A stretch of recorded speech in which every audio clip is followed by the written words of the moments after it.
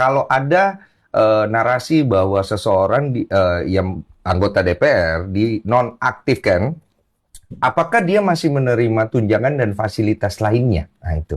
Nah, dinonaktifkan itu beda dengan diberhentikan. Oke. Ya, kalau dinonaktifkan, dan yang perlu dicatat adalah berdasarkan konstitusi. Jadi maksudnya dari partai nanti mengusulkan, kemudian itu harus pemberhentian harus ditandatangani juga oleh presiden, kalau saya nggak salah kayak gitu. Oke, berarti itu ada masa waktu. Nggak bisa langsung hari ini diberhentikan, hari itu juga dia langsung tidak bekerja, Ya. proses administrasi sudah selesai, nggak bisa kan gitu. Termasuk pembubaran DPR. Pertanyaannya, bisa nggak DPR dibubarkan? Bisa.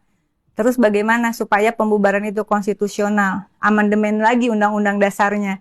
Di perubahan ketiga undang-undang dasar, pasal 17C itu dikatakan bahwa DPR tidak bisa dibekukan, bahkan dibubarkan gitu. Jadi semua balik lagi ke konstitusi. Iya. Jadi karena kita kan juga nggak bisa, bahwa ada fenomena seperti sekarang ini itu adalah pelajaran berharga setidaknya bagi saya. Belum lagi tadi saya menerima teman-teman, terima kasih yang sudah datang. Siapa aja tadi Bu di depan gedung DPR? Jerome, terus Andovi sempat berdialog tadi. Iya, terus kalau kan tidak bisa secara pribadi karena institusi. Tapi kalau ditanya apapun secara pribadi, ya saya memberikan support terhadap tuntutan ini, begitu ya. Dan tentu saja mendukung pimpinan dan komisi terkait untuk menindaklanjuti tuntutan-tuntutan ini. Buat aku, balikin lagi aja kayak gaji dan tunjangan yang lama. Proporsional aja.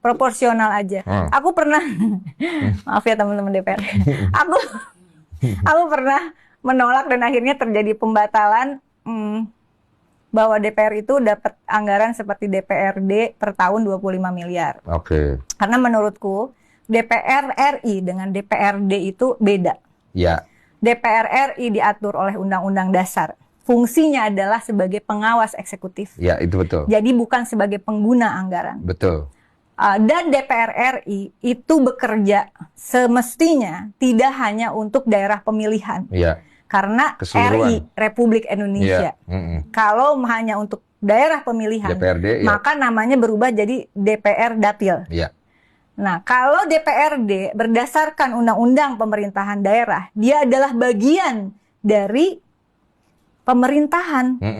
Jadi dia ada fungsi budgeting, pengguna anggaran, dia bisa. Dia pelaksana, maka kan, dia ibaratnya ada pokir. Nah, secara dasar hukum aja itu salah, dan akhirnya memang kemudian dibatalkan dan saya terima kalau dimarahin semua. Yang kedua dulu awal masuk DPR itu tahun berapa Bu waktu itu 2009. 2009 ya. DPR RI bisa berobat dengan fasilitas yang VVIP. Itu sampai ke luar negeri. Iya. Terus aku mikir, si Oneng mikir nih masuk DPR. Lah kok rakyat aja ditolak dari rumah sakit, masa wakil rakyatnya? Iya kan? Iya. Jadi itu dibatalin. Sekarang nggak bisa lagi DPR RI berobat ke luar negeri. Udah nggak boleh pakai duit, pakai duit sendiri lah kalau itu sisanya kan gitu ya. Maaf ya teman-teman.